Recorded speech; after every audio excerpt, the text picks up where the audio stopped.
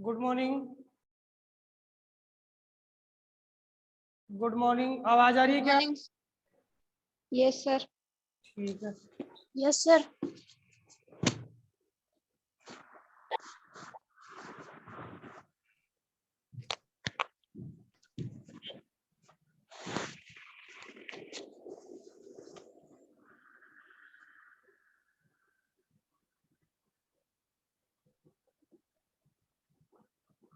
देखिए,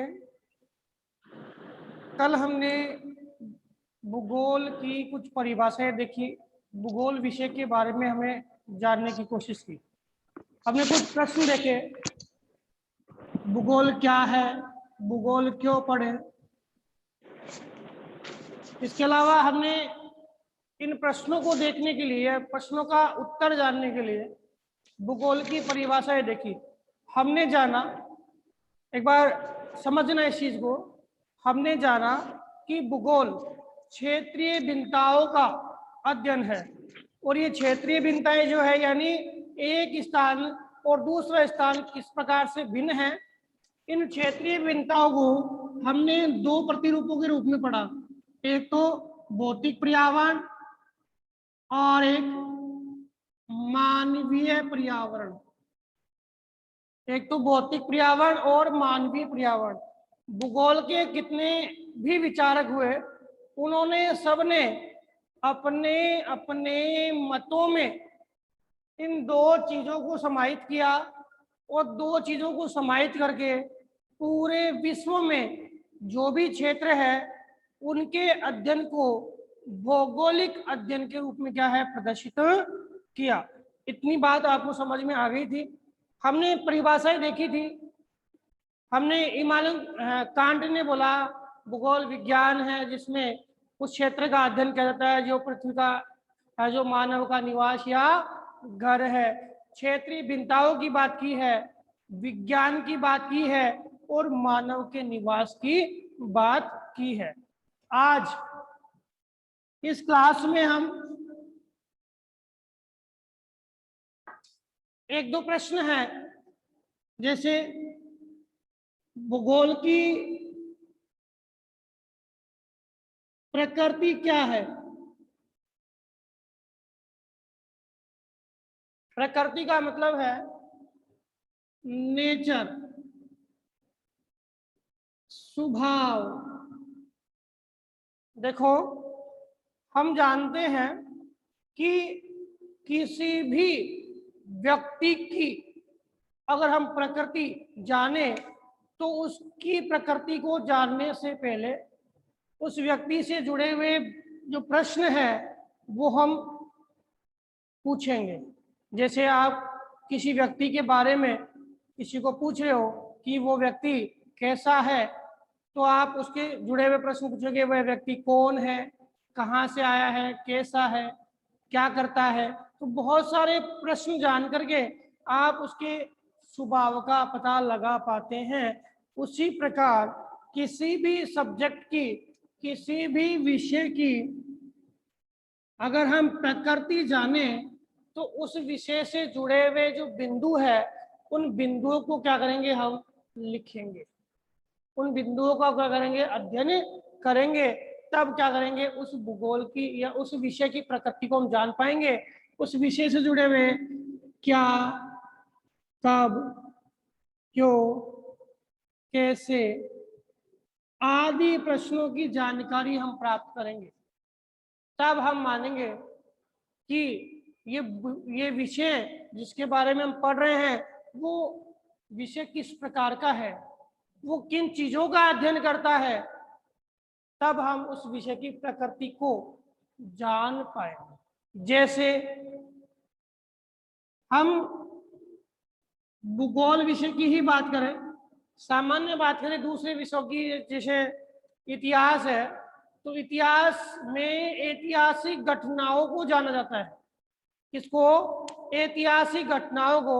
इतिहास की प्रकृति क्या है, इतिहास की प्रकृति है ऐतिहासिक घटनाओं को जानने की, और वो ऐतिहासिक घटनाएं हैं उनको हमारे तक पहुंचाने की। राजनीतिक विज्ञान क्या है, पॉलिटिकल साइंस राजनीतिक विज्ञान है। जितनी भी राजनीतिक घटनाएं हैं, जितनी भी राजनीतिक घटनाएं हैं, उन राजनीतिक घटनाओं को जानने की जो प्रवृत्ति है वो किसकी है? पॉलिटिकल साइंस विषय की है। और वो क्या करती है?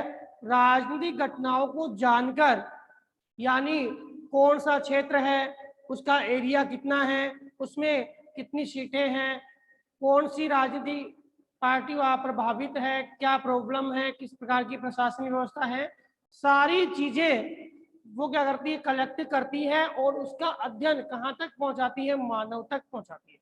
कोई भी सब्जेक्ट XYZ, कोई भी सब्जेक्ट कोई भी आंकड़ा कलेक्ट करेगा तो उस आंकड़े कलेक्शन का उसका उद्देश्य है कि वो आंकड़ा कहाँ तक पहुंचाए? मानव तक। और मानव उन आंकड़ों को जानकर और अपना क्या कर पाए? विकास कर पाए। किसी भी सब्जेक्ट का नेचर यही है कि वह जो भी आंकड़े कलेक्ट करे वो आंकड़े किसके लिए कलेक्ट करेगा? मानव के लिए। और मानव उन आंकड़ों का कलेक्शन करेगा और कलेक्शन करके अपना विकास करेगा। ठीक है। तो भूगोल की बात करें तो भूगोल में अभी हमने देखा कि दो कंटेंट है, एक तो भौतिक है और एक मानवीय है। दोनों को एक मिला सकते हैं, दोनों अभिन्न है। तो भूगोल क्या करता है? भूगोल की प्रकृति क्या है कि जितने भी भौतिक विषय है, भौतिक विषय का मतलब है हमारे क्षेत्र है, क्षेत्रों की भिन्नताएं हैं, इनमें पाए जाने वाले रिसोर्सेज है, रिसोर्सेज के अलावा इन रिसोर्सेज को प्राप्त करने की रूपरेखा है। ठीक है। इसके अलावा मानव उस क्षेत्र में किस प्रकार से जीवन यापन करता है, किस प्रकार का मानव रहता है, उसकी आजीविका की स्रोत क्या है, वो कैसे आजीविका वहां प्राप्त कर सकता है, कैसे विकास कर सकता है, वो सारी स्थिति वो कौन से विषय में पढ़ जाती है? भूगोल में। और यही भूगोल की क्या है? प्रकृति। यही क्या है? भूगोल की प्रकृति है। वैसे कहा गया भूगोल का जो केंद्र बिंदु है वो क्या है? स्थान है। पहले बताया था भूगोल का केंद्र बिंदु क्या है? स्थान। और किसी भी स्थान पर घटने वाली भौतिक और मानवीय क्रियाएं हैं, भौतिक और मानवीय क्रियाओं के अंतर संबंध के बीच में कब कब क्या क्यों कैसे आदि प्रश्नों को जानने की रूपरेखा है, ये कहलाती है आपके भूगोल की प्रकृति। क्या कहलाती है? भूगोल की प्रकृति। तो समझ में आ गया होगा बेटा जो मैं बात कहना चाह रहा हूं। क्या भूगोल की प्रकृति क्या है? तो भूगोल सामान्यतः विस्तृत विषय है। भूगोल क्या है? एक विस्तृत विषय है, एक व्यापक विषय है, जिसको हम पहले किसमें पढ़ रहे थे? सामाजिक विज्ञान विषय के रूप में पढ़ रहे थे। इसको हम किसके रूप में पढ़ रहे थे? सामाजिक विज्ञान विषय के रूप में पढ़ रहे थे। और इस सामाजिक विज्ञान विषय के रूप में पढ़े जाने वाला यह व्यापक विषय है। धीरे धीरे जैसे विकास होता गया, इसको हमने एक पृथक विषय के रूप में पढ़ना आरंभ कर दिया। क्या कर दिया? पृथक विषय के रूप में पढ़ना आरंभ कर दिया। और ये पृथक विषय के रूप में जो हमने इस विषय को पढ़ना आरंभ किया, उसके साथ इस भूगोल को विषय को हमने सर्वप्रथम एक ही सब्जेक्ट के रूप में पढ़ा। और जैसे जैसे विकास होता गया तो भूगोल में क्या आया? द्वैतवाद। क्या आया? द्वैतवाद। भूगोल में क्या आया? द्वैतवाद। द्वैतवाद का मतलब है भूगोल कितनी शाखाओं में बढ़ गई? दो शाखाओं में, एक तो भौतिक और एक मानवीय। तो भौतिक भूगोल और मानवीय भूगोल हालांकि दोनों अभिन्न है भाई, हमने अध्ययन की दृष्टि से अलग किया है, लेकिन वैसे इसको अलग नहीं कर सकते। भौतिक पर्यावरण को मानव से, मानवीय पर्यावरण को भौतिक पर्यावरण से हम अलग नहीं कर सकते। हमने किसके लिए अलग किया है इसको? हमने अध्ययन की दृष्टि से अलग किया है, क्योंकि भौतिक पर्यावरण में केवल हम भौतिक क्रियाओं को पढ़ते हैं। जलवायु क्या है, वनस्पति इस प्रकार से उत्पादित हो रही है, अपने जो भी स्थलाकृतियां बन रही है वो कैसे बन रही है, परिवर्तन कैसे आ रहे हैं मौसमिक, वो सारी घटनाएं भौतिकी है। और मानव की आजीविका के स्रोत क्या है, संसाधन कैसे प्राप्त कर रहा है, किस प्रकार जीवन यापन कर रहा है, किस प्रकार के कल्चर को उपयोग कर रहा है, कैसी सभ्यता है, किस संस्कृति है, उसको हम किस में पढ़ेंगे, मानवीय भूगोल। समझ में आ रही है? तो भूगोल विषय है, उसकी प्रकृति क्या है, इसकी प्रकृति है भौतिक और मानवीय पर्यावरण से जुड़ी जो भी घटनाएं हैं, जो भी अंतर संबंध है इनके, इनको जानना। अब ये व्यापक है। अब इनके अंतर संबंधों को हम किसके परिप्रेक्ष्य में जानेंगे, स्थानिक परिप्रेक्ष्य में जानेंगे। स्थानिक परिप्रेक्ष्य का मतलब होता है अलग अलग क्षेत्रों का अध्ययन करके, और हम क्या करेंगे, मानव भूगोल भूगोल के अध्ययन को भौतिक और मानवीय पर्यावरण के संदर्भ में जानेंगे। समझ में आ गया? तो सीधी एक सटीक परिभाषा में इसकी प्रकृति की बात करें तो भूगोल की प्रकृति हमारे भौतिक वातावरण, हमारे मानवीय वातावरण के बीच जो अन्योन्य क्रिया है, इस अन्योन्य क्रिया से जुड़े हुए क्या, कब, क्यों, कैसे आदि प्रश्नों को जानना भूगोल की प्रकृति कहलाती है, जिसमें विषय का स्वभाव समस्त परिघटनाओं को समाहित करना है, और समस्त परिघटनाओं का अध्ययन है वो मानव के विकास के लिए, मानव को ज्ञान प्रदान करने के लिए करना, मानव के विकास के लिए और मानव को ज्ञान प्रदान करने के लिए करना भूगोल की प्रकृति है। समझ में आ गया? भाई समझ में आ गया क्या प्रिया, निखिल? Yes sir. समझ में आ गया? बताओ निखिल, बताना बेटा क्या समझ में आया? भूगोल की प्रकृति क्या है बेटा?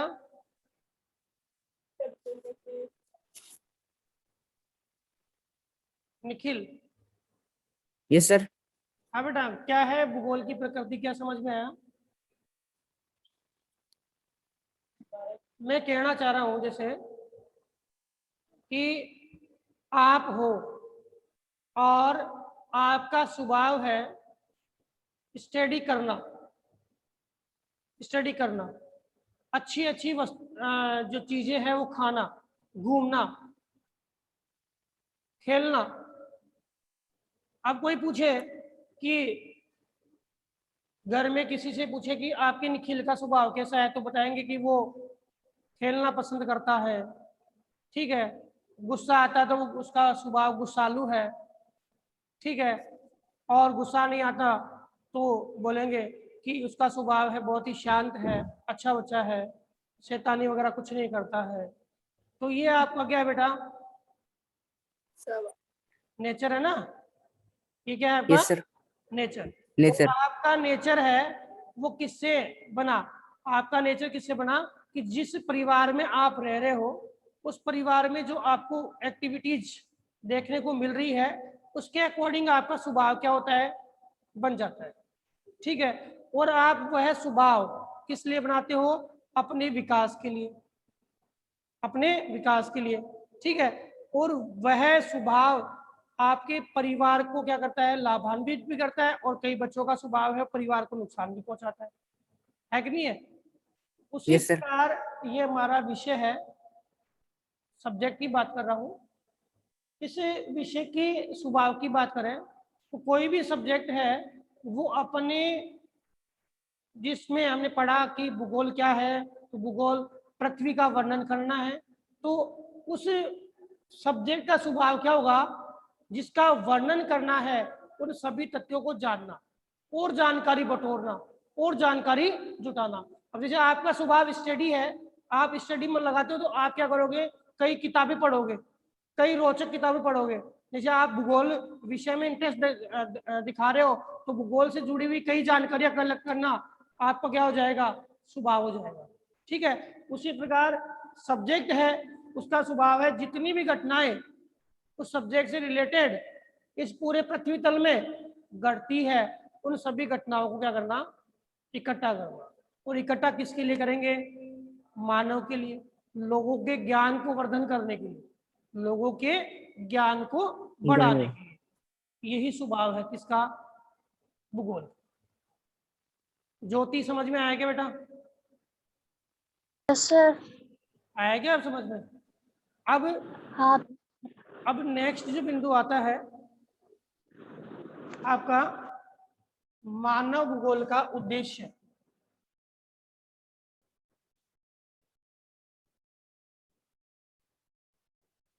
उद्देश्य, लक्ष्य, ये तो चीज जानते होंगे बेटा। उद्देश्य या लक्ष्य में सिंपल सी बात है कि आप कक्षा में पढ़ रहे हो तो आपका लक्ष्य क्या है, आपका उद्देश्य क्या है? एक अच्छा टारगेट अचीव करना। आपका लक्ष्य या उद्देश्य क्या है? अच्छा टारगेट अचीव करना। आप पहले क्या थे, आपकी पोजीशन पहले क्या थी, वो मायने नहीं रखती है। व्यक्ति के लिए कहा जाता है जब जागे तभी सवेरा, जब जागे तभी सवेरा। कहने का मतलब हम पहले क्या थे वो मायने नहीं रख रहा, लेकिन हमने किसी भी व्यक्ति, किसी भी पुस्तक या किसी भी क्षेत्र से प्रेरणा प्राप्त कर ली है, और प्रेरणा प्राप्त करके और हमने अपने भविष्य का लक्ष्य निर्धारित किया है, भविष्य के विकास का लक्ष्य निर्धारित किया है, तो हम क्या करेंगे? उस लक्ष्य के आधार पर अपने भविष्य को क्या करेंगे? विकसित करेंगे और एक मंजिल को प्राप्त करेंगे। वैसे ही अब हम बात कर रहे हैं किसकी? सब्जेक्ट की। तो भूगोल विषय आपने पढ़ा कि भूगोल क्षेत्रीय भिन्नताओं का अध्ययन है। पृथ्वी का अध्ययन करना क्या है? भूगोल है। भूतल का अध्ययन करना क्या है? भूगोल है। भूतल पर रहने वाले जो मानवीय स्वरूप है और जो भौतिक क्षेत्र है उनका अध्ययन करना क्या है? भूगोल है। तो ये चीजें हमने परिभाषाओं के माध्यम से जानी। इसी कड़ी में हम देखें तो उस विषय का लक्ष्य क्या होगा? तो सीधी सी बात है कि भूगोल के लक्ष्य को मैं कोटेशन में देखूं तो भूगोल का लक्ष्य है या भूगोल का उद्देश्य है कि भूगोल विषय, समझना बेटा इसको, इस पूरे उद्देश्य को मैं कोटेशन में लगा के बता रहा हूं कि भूगोल वह विज्ञान है, भूगोल वह विज्ञान है जिसमें पृथ्वी तल के समस्त प्रतिरूपों का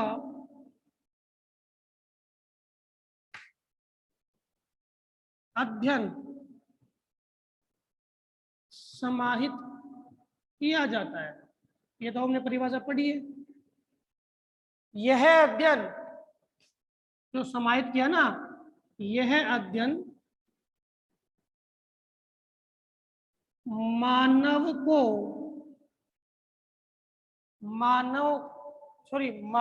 के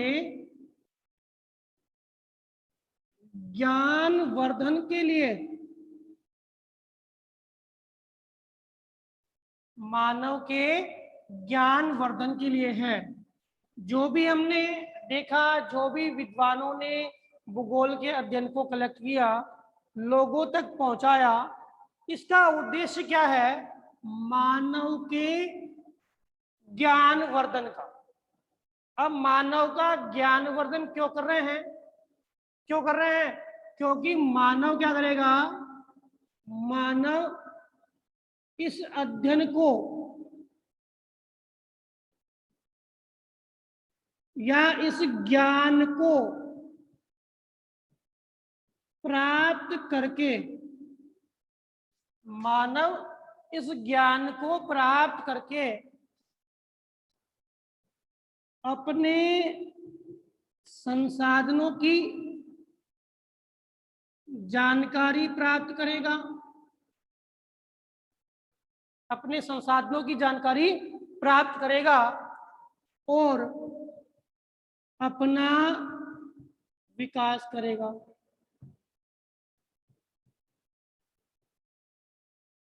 क्योंकि भूगोल में भौतिक जो क्षेत्र है, उन भौतिक क्षेत्रों का हम अध्ययन कर रहे हैं, तो उस भौतिक क्षेत्रों का अध्ययन किसके अध्ययन में क्या होगा, हमें अलग अलग क्षेत्रों में पाए जाने वाले रिसोर्सेज की जानकारी मिलेगी। और इस रिसोर्सेज की जानकारी कौन प्राप्त करेगा, मानव प्राप्त करेगा। और मानव क्या करेगा, अपना विकास करेगा। ये मानव तक ज्ञान प्रदान करने की बात है। और जब मानव अपना विकास करेगा तो मानव किसी देश का अंग है, तो मानव का विकास होगा तो किसका, देश का विकास होगा। इसके अलावा हम बात करें तो भूगोल का उद्देश्य क्या है, किसी भी प्रादेशिक क्षेत्र का विकास करना एवं राष्ट्र का विकास करना। इस विकास में, क्षेत्र के विकास में यानी प्रदेश के विकास में और राष्ट्र के विकास में भागीदारी निभाना, इसका उद्देश्य है भूगोल विषय का। समझ में आ रही बात। किसी भी सब्जेक्ट को, भाई आज हम भारत में सीमाओं का ज्ञान करें प्राप्त, तो हमें पता लगेगा कि भारत के कौन कौन से पड़ोसी देश हैं और कौन कौन से पड़ोसी देशों से हमारी सीमा का विवाद चल रहा है। ठीक है, पड़ोसी देशों से हमारी सीमा का विवाद चल रहा है। अब सभी लोगों तक ये विवाद का ज्ञान पहुंचेगा तो लोगों को ये पता लगेगा कि हमारे देश की कहाँ कहाँ सीमा का विवाद है और इससे कौन कौन से रिसोर्सेज क्या हो रहे हैं, प्रभावित हो रहे हैं, कौन कौन सी लोग, कौन कौन सी जनसंख्या का क्षेत्र इससे प्रभावित हो रहा है और इस विवाद को किस प्रकार दूर करने के लिए देश प्रयास कर रहा है। तो ये सारी चीजें, इसके अलावा हमारे भारत देश की बात करूं तो कहाँ कहाँ रिसोर्सेज है, कौन कौन से रिसोर्सेज है, कैसे रिसोर्सेज वहां पर है, तो कौन से वहां पे उद्योग स्थापित हो सकते हैं, जनसंख्या का प्रतिरूप कैसा है, वो जनसंख्या का प्रतिरूप कौन कौन से क्रियाकलापों पे निर्भर करता है। तो ये सारी, जैसे राजस्थान की बात आप करो, राजस्थान में देखें तो राजस्थान में मरुस्थल है 61% भाग पे। ठीक है, पूर्वी भाग जो राजस्थान का है वो कैसा है, मैदानी भाग है। अब राजस्थान की जो स्थिति है, और अब दूसरी बात करूं मध्य प्रदेश की, तो मध्य प्रदेश में पठारी भाग है, मरुस्थलीय भाग नहीं है, जल का अभाव नहीं है। राजस्थान में जल का अभाव है। अब इस भिन्नता के बीच में यहाँ पे जो रिसोर्सेज है, इनको हम क्या करें, रिसोर्सेज का अध्ययन करें और इन रिसोर्सेज के अकॉर्डिंग एक दूसरे राज्य को हम, जो रिसोर्सेज यहाँ है और यहाँ नहीं है, तो क्या करेंगे, आदान प्रदान करेंगे और आपस में क्या होगा, विकास होगा। पहले भाई हमारे यहाँ पे मान लो अपार सोने के भंडार है, अपार सोने के भंडार है, लेकिन हमें सोने के भंडारों के बारे में पता ही नहीं है। ये पता किसके आधार पे चलेगा, भौगोलिक सर्वेक्षण के आधार पे। इसके आधार पे चलेगा, भौगोलिक सर्वेक्षण के आधार पे। अब जब पता चल गया तो हमारी इकोनॉमिक कंडीशन अच्छी हो जाएगी ना, लेकिन हमें पता ही नहीं, हमें ध्यान ही नहीं है, हमने ज्ञान प्राप्त करने की कोशिश नहीं की, हमने भौगोलिक सर्वेक्षण क्रिया को वहां पे गठित ही नहीं किया। ठीक है, तो वहां विकास नहीं होता। तो यहाँ पे कौन करता है, प्रदेश अपने क्षेत्र में, जैसे राजस्थान के जो संसाधन है उनको डेवलप करने के लिए राजस्थान सरकार काम करेगी। ठीक है, और मध्य प्रदेश के संसाधनों के लिए मध्य प्रदेश सरकार। कुछ क्षेत्र ऐसे हैं जहाँ पे केंद्र सरकार का भी क्या होता है, सहयोग होता है। अब वो डेवलप करेगी तो नागरिक क्या करेंगे, उन संसाधनों का उपयोग करेंगे। फिर देखेंगे क्षेत्रीय भिन्नता क्या है मध्य प्रदेश और राजस्थान में, फिर क्या करेंगे, संसाधनों का आदान प्रदान करेंगे और किसका विकास करेंगे, राष्ट्र का विकास। समझ में आई बात। तो भूगोल का उद्देश्य है कि भूगोल एक विज्ञान है जिसमें पृथ्वी तल के उन रूपों का अध्ययन किया जाता है जो मानव के ज्ञान का वर्धन कर सके। ठीक है, सभी रूपों का अध्ययन, प्रकृति है ना, इसका अध्ययन क्यों कर रहे हैं? अध्ययन करना प्रकृति है, और अध्ययन क्यों कर रहे हैं?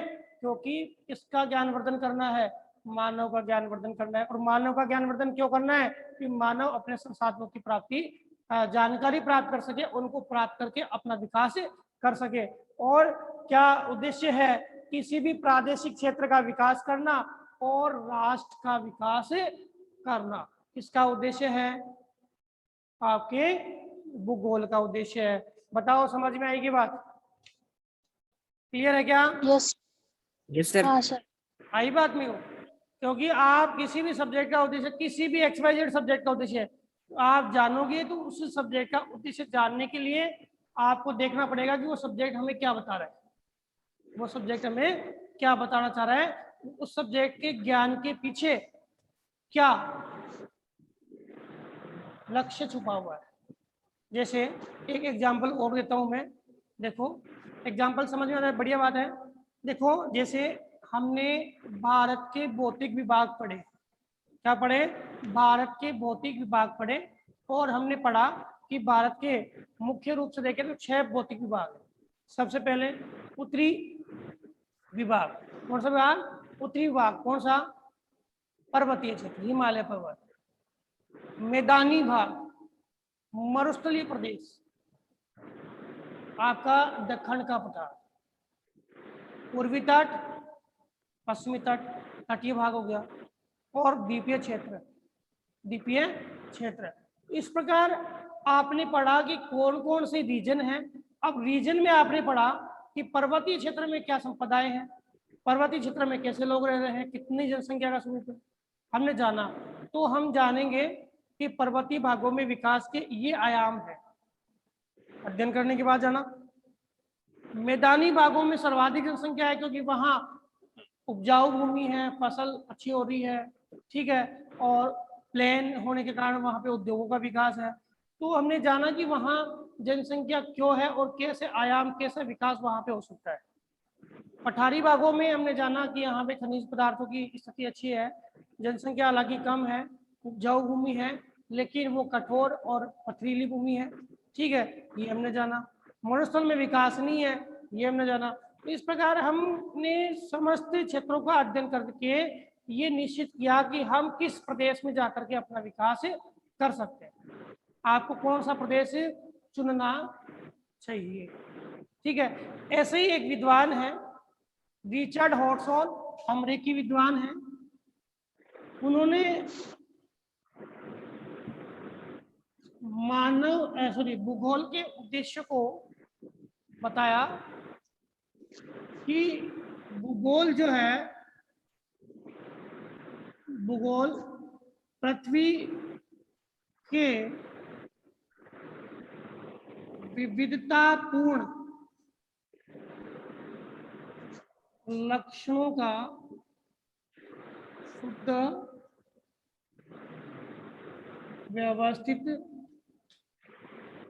व तर्कपूर्ण, शुद्ध, व्यवस्थित व तर्कपूर्ण विवरण, तर्कपूर्ण विवरण व व्याख्या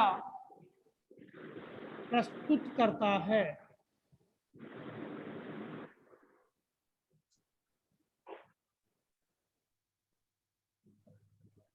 तो भूगोल का लक्ष्य क्या हुआ? भूगोल का लक्ष्य हुआ कि भूगोल पृथ्वी के विविधतापूर्ण लक्षणों का, पृथ्वी के विविधतापूर्ण लक्षणों का शुद्ध, व्यवस्थित और तर्कपूर्ण विवरण प्रस्तुत कर रहा है। यानी जो भी हमारी पृथ्वी के भाग है, उन भागों में विविधतापूर्ण का मतलब है भिन्नता। हम कल से यही बात पढ़ रहे हैं, यही बात पढ़ रहे हैं। भूगोल में एक ही चीज है, क्षेत्रीय भिन्नता। क्षेत्रीय भिन्नता के बारे में हेटनर ने कहा था। ये कौन है जो परिभाषा दी? रिचर्ड हॉटसन।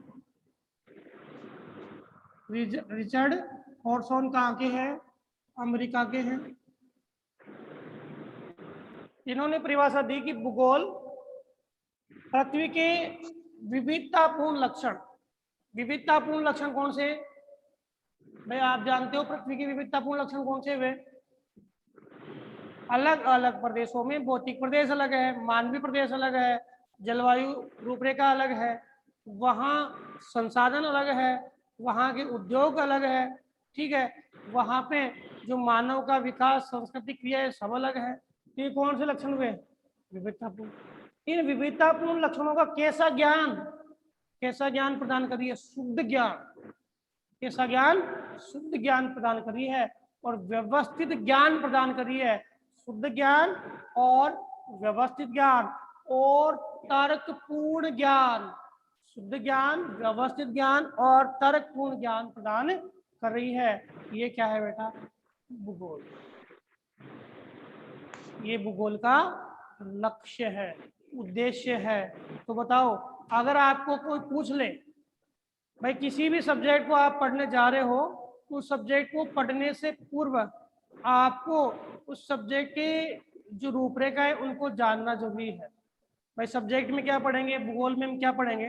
भूगोल में हम भौगोलिक गतिविधियों के बारे में पढ़ेंगे, जैसे पृथ्वी कैसे बनी है। भौतिक भूगोल में पढ़ेंगे, हमारे जो कोर्स में है, पृथ्वी कैसे बनी है, पृथ्वी, महाद्वीप, महासागर कैसे बने। जो घटनाएं पढ़ेंगे वो बात अलग है, लेकिन उन घटनाओं को पढ़ने से पहले हम ये जाने कि ये सब्जेक्ट हमें क्यों पढ़ाया जा रहा है या ये सब्जेक्ट हम क्यों पढ़ने जा रहे हैं। तो कोई आपसे पूछ ले कि बेटा भूगोल आप पढ़ने जा रहे हो, तो आपने इस भूगोल सब्जेक्ट को क्यों चुना? इस भूगोल सब्जेक्ट को चुनने के पीछे क्या कारण है? क्या कारण है? आपका कारण सीधा सा है कि भूगोल सब्जेक्ट जो हमारा है, उस सब्जेक्ट में हम हमारे आसपास के वातावरण की गतिविधियों को जानना चाहते हैं। गतिविधियों में क्या परिवर्तन होता है उनको जानना चाहते हैं। कौन कौन से बदलाव हमारे आसपास के वातावरण के अलावा पूरी पृथ्वी पर होते हैं उनको जानना चाहते हैं। इन बदलावों में क्या संबंध है और इन बदलावों में क्या भिन्नता है उनको हम जानना चाहते हैं, ठीक है ना। तो यह विषय है जो व्यापक है, जो व्यक्ति के संपूर्ण विकास के लिए व्यक्ति को यानी एक विद्यार्थी को क्या प्रदान कर रहा है? ज्ञान प्रदान कर रहा है। क्या प्रदान कर रहा है? ज्ञान प्रदान कर रहा है, ठीक है। इसके बाद में बात करूं आपके सर क्या हुआ? सर ये तर्कपूर्ण विवरण मतलब? क्या? ये तर्कपूर्ण विवरण यानी? हाँ, तर्कपूर्ण विवरण का मतलब है बेटा कि कोई भी काम आप कर रहे हो, उस काम में कोई क्वेश्चन आपके सामने आ रहा है या कोई कमी आ रही है, जैसे आपने पूछ लिया सर ये तर्कपूर्ण कैसे हुआ। जैसे आप पृथ्वी के वर्णन में ये बोलो कि जैसे हम ग्रहों के निर्माण की बात कर रहे हैं, ग्रहों के निर्माण की। अब ग्रहों के निर्माण के लिए अलग अलग भूगोलवेताओं ने अलग अलग अपने मत दिए हैं, ठीक है। जैसे एक ने बोला कि ग्रह जो बने हैं वो सूर्य एक बड़ा तारा है, उस तारे से बने, ठीक है। सूर्य एक बड़ा तारा है, उस तारे से बने, तो ये सूर्य तारा है, इस तारे से बने। एक बोल रहा है कि नहीं साहब, ये हमारे जो ब्रह्मांड था, उस ब्रह्मांड में क्या था? एक वायु का पुंज था, इस वायु के पुंज से बने, ठीक है, वायु के पुंज से बने। तो वो बताएगा क्योंकि एक साइंटिफिक सब्जेक्ट है, वो बताएगा कि तारे से बने, तो तारे से कैसे बने। उन्होंने परिकल्पना दी कि एक जो हमारा सूर्य है वो एक तारा था, इसके पास हम सारी बताएंगे, वो एक तारा दूसरा आया और इस तारे से क्या हुआ? इसकी ग्रेविटी ज्यादा थी, इसकी ग्रेविटी कम थी, तो ग्रेविटी कारण इस यहाँ से कुछ खंड अलग हुए और वो उसकी तरफ जाने की कोशिश कर रहे थे, लेकिन वो तारा बहुत आगे चला गया और ये खंड इससे बाहर निकले और इसके चक्कर लगाने लगे और क्या बन गए? ग्रह बन गए। तो ये क्या है बेटा? तर्क। समझ में आ गया? कि जानते हो ना भाई, तर्क का मतलब हुआ कि आप कोई भी क्वेश्चन कर रहे हो और वो क्वेश्चन का जवाब मैंने दे दिया, लेकिन आपने पूछा सर ऐसे भी हो सकता है क्या? ठीक है, फिर मैंने उसका जवाब दिया, फिर आपने कहा सर ऐसे भी हो सकता है क्या, फिर मैंने उसका जवाब दिया, तो वो कौन सा है? तर्कपूर्ण विवरण। तर्क। समझ में आ गई मेरी बात? Yes sir. ठीक है ना? तो कोई भी हम आपके सामने कोई भी विवरण प्रस्तुत कर रहे हैं, तो उस विवरण की पूर्ण व्याख्या जब तक हम कंफर्म नहीं हो जाए कि वास्तव में सही है, तब तक हम विवरण प्रस्तुत नहीं करें। जैसे वैज्ञानिकों ने कोई चीज बनाई, तो वैज्ञानिक किसी चीज को तब तक पब्लिसिटी नहीं करते, तब तक हमारे लोगों तक उसकी व्याख्या नहीं करते, जब तक वो पूर्ण रूप से आश्वस्त नहीं हो जाए। और जब वो लोगों तक पहुंचाते हैं, लोग कई प्रकार के क्वेश्चन करते हैं, फिर उनको क्या करना पड़ता है? जवाब देना पड़ता है। तो दो चीजें आपको समझ में आ गई बेटा। क्या? आज हमने पढ़ा भूगोल का उद्देश्य या लक्ष्य और भूगोल की प्रकृति। भूगोल का उद्देश्य या लक्ष्य, भूगोल की प्रकृति। ठीक है बेटा? तो हमने 3 चीजें पढ़ी है, आज मैं आपको नोट्स में भी भेज दूंगा। 3 चीजें पढ़ी है। एक तो पढ़ा है भूगोल की प्रकृति, एक भूगोल का उद्देश्य और एक भूगोल की परिभाषा। 3 चीजें हमने पढ़ी है। एक टॉपिक हम देखते हैं, 3-4 मिनट है, विषय क्षेत्र। भूगोल का विषय क्षेत्र या सब्जेक्ट एरिया। अब आप कहोगे साहब एक ही बात, भाई जो प्रकृति हमने जानी है, जो प्रकृति हमने जानी है, जो उद्देश्य हमने जाना है, जो परिभाषा हमने जानी है, वही तो विषय क्षेत्र है। वही तो विषय क्षेत्र है। सामान्य मैं बात करूं आपसे कि जहां पर आप रह रहे हो और जिस परिवार में आप रह रहे हो, आप उस परिवार में, या आपका परिवार है जहां पे आप रह रहे हो, अब आपके कितने रिलेशन वाले हैं, आपके कितने जो फ्रेंड्स हैं, फ्रेंड सर्किल, विद्यालय का क्षेत्र है, स्कूल है, या और भी जो क्षेत्र है जहां पर आपकी पहुंच है, आप उन क्षेत्रों को जानते हैं बेटा, वो क्या है? आपका सब्जेक्ट एरिया। समझ में आई? तो समझ में आई मेरी बात भाई? यस या नो? Yes sir. देखो कि आप जहां पर हो, आपका जो परिवार है उसका रिलेशन है, तो आप तो उनको जानोगे ना। जहां तक उनको जानोगे वो आपका सब्जेक्ट एरिया है। आपको उससे आगे कोई पूछ ले तो नहीं जानोगे, वो आपका सब्जेक्ट एरिया नहीं है। आपके फ्रेंड सर्किल में जहां तक आपके फ्रेंड है उनको जानोगे, वो आपका क्या सब्जेक्ट है? हाँ, वो वहां का है, वो वहां का है, वो कौन सी क्लास में, वो होशियार है कि नहीं है, उसका नेचर क्या है, सब जानोगे। स्कूल, ठीक है, या जहां जहां आपने भ्रमण किया है, जहां जहां आप घूमे हो, उस क्षेत्र को जानोगे, कौन सी जगह है, किस तरह से गए थे, जानोगे। वो सारा क्या है? आपका सब्जेक्ट एरिया है। क्या है? सब्जेक्ट एरिया है। उसी प्रकार आपके भूगोल का सब्जेक्ट एरिया है, वो हमने पढ़ा है भाई, 2 ही है, तीसरा है ही नहीं। एक तो कौन सा? भौतिक पर्यावरण, और एक कौन सा? मानवीय पर्यावरण। भाई भूगोल 2 ही चीजों के बारे में जानता है, एक तो भौतिक पर्यावरण के बारे में और एक मानवीय पर्यावरण के बारे में। तो भूगोल के सब्जेक्ट एरिया के 2 बिंदु हो गए, एक तो भौतिक पर्यावरण और एक मानवीय पर्यावरण। ठीक है, इसके लिए अलेक्जेंडर, वही क्लास बंद हो सकती है ना, 1 मिनट है, ये लास्ट बिंदु देख लेते हैं। अलेक्जेंडर वान हम्बोल्ट ने, ठीक है, जर्मन, अलेक्जेंडर वान हम्बोल्ट कहाँ के थे? जर्मनी के थे। और इन्होंने एक उपागम दिया, विषय वस्तुगत उपागम या क्रमबद्ध उपागम।